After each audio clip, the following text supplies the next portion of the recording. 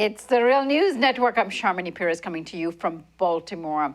President Erdogan of Turkey and President Putin of Russia met this week in St. Petersburg and agreed to reopen economic relations to continue joint work on the gas pipeline and on nuclear reactor and to restart Russian tourism to Turkey. However, Russia did not appear to get a commitment from Turkey to stop supporting and supplying rebels who are trying to overthrow Syria's President Bashar al-Assad. Now joining us to discuss this and much more is Vijay Prashad. He is the George and Martha Kellner Chair in South Asian History and Professor of International Studies at Trinity College. He is the author of 20 books, including The Death of the Nation and the Future of the Arab Revolution, and he's the co-editor of Land of Blue Helmets, the UN in the Arab World. Thank you for joining us today, Vijay. Thanks a lot. So Vijay, let's begin with the atmosphere between the two countries during this meeting, and then what did they actually accomplish in St. Petersburg? Well, the first thing to recognize is that Russian-Turkish relations by the spring of this year had been at an absolute low point. You may remember that Turkish pilots had shot down a Russian plane, that Russian-Turkish relations vis-a-vis Syria had been greatly stressed. As a consequence of the shooting down of that plane, Russian tourism, which is quite a robust economic benefit for Turkey, had declined by about 90%. So never has Russian-Turkish relations since the 1990s been at such a low point.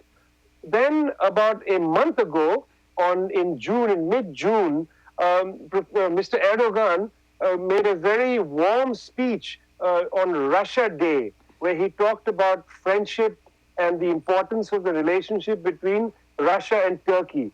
Some people are suggesting that the business lobby in Turkey, which has got a very considerable part of Mr. Erdogan's ear, the business lobby had been working to back-channel a reset of relations between Russia and Turkey.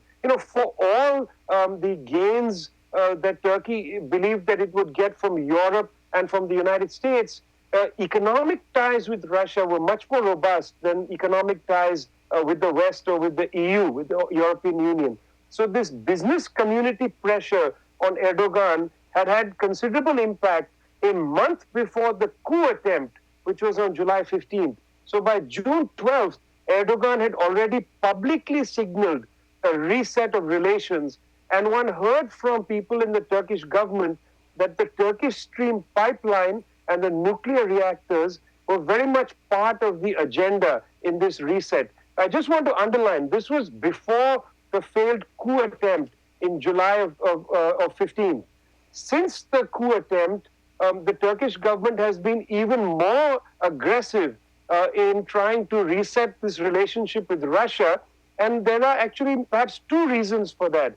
The first is the government of Mr. Erdogan is very disappointed, that's how it puts it, with the reaction of the European countries to the coup attempt and the aftermath of the coup, when Mr. Erdogan and his government have arrested perhaps 60,000 people inside Turkey.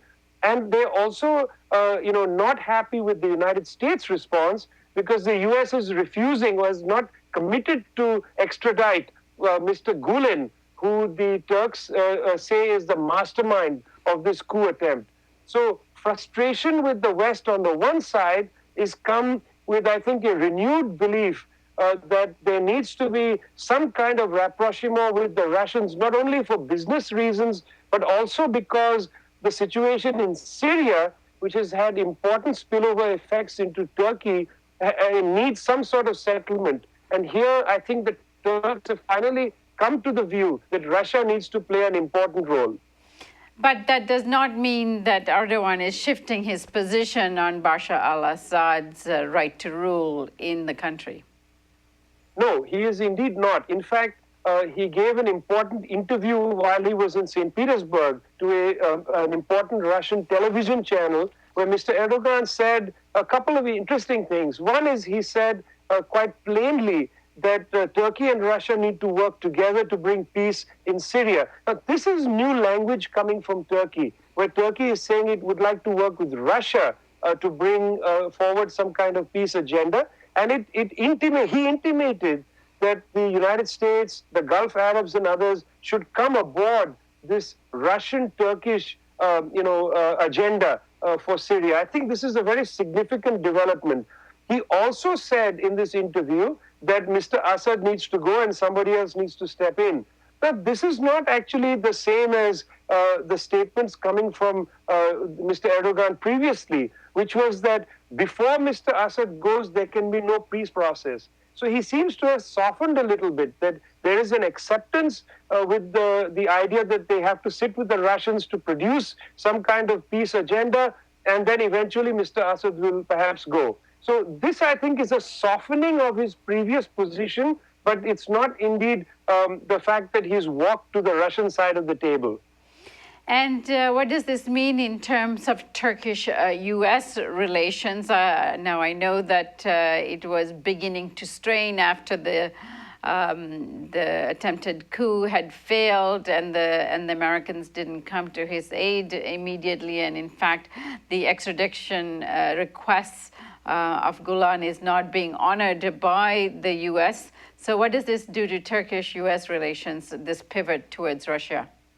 Well, firstly, Turkish-U.S. relations are at a bad position. They are not as poor as Russian-Turkish relations were earlier this year, but they're certainly in a bad way. I mean, just to take some examples, the American base, which is at Incirlik, in fact, it's not a U.S. base, it's a base, Turkish base, which the United States has been using for the bombing in Syria. This base, which has a history deep into the Cold War, was surrounded by protesters a few weeks ago who were demanding that the United States extradite Mr. Gulen. It was quite a ferocious protest where they were saying, making very, very inflammatory statements about the United States. In fact, some people were worrying that this would be a kind of another Benghazi, at which point the Turks sent in a large troop deployment to surround the base and prevent any kind of action from taking place.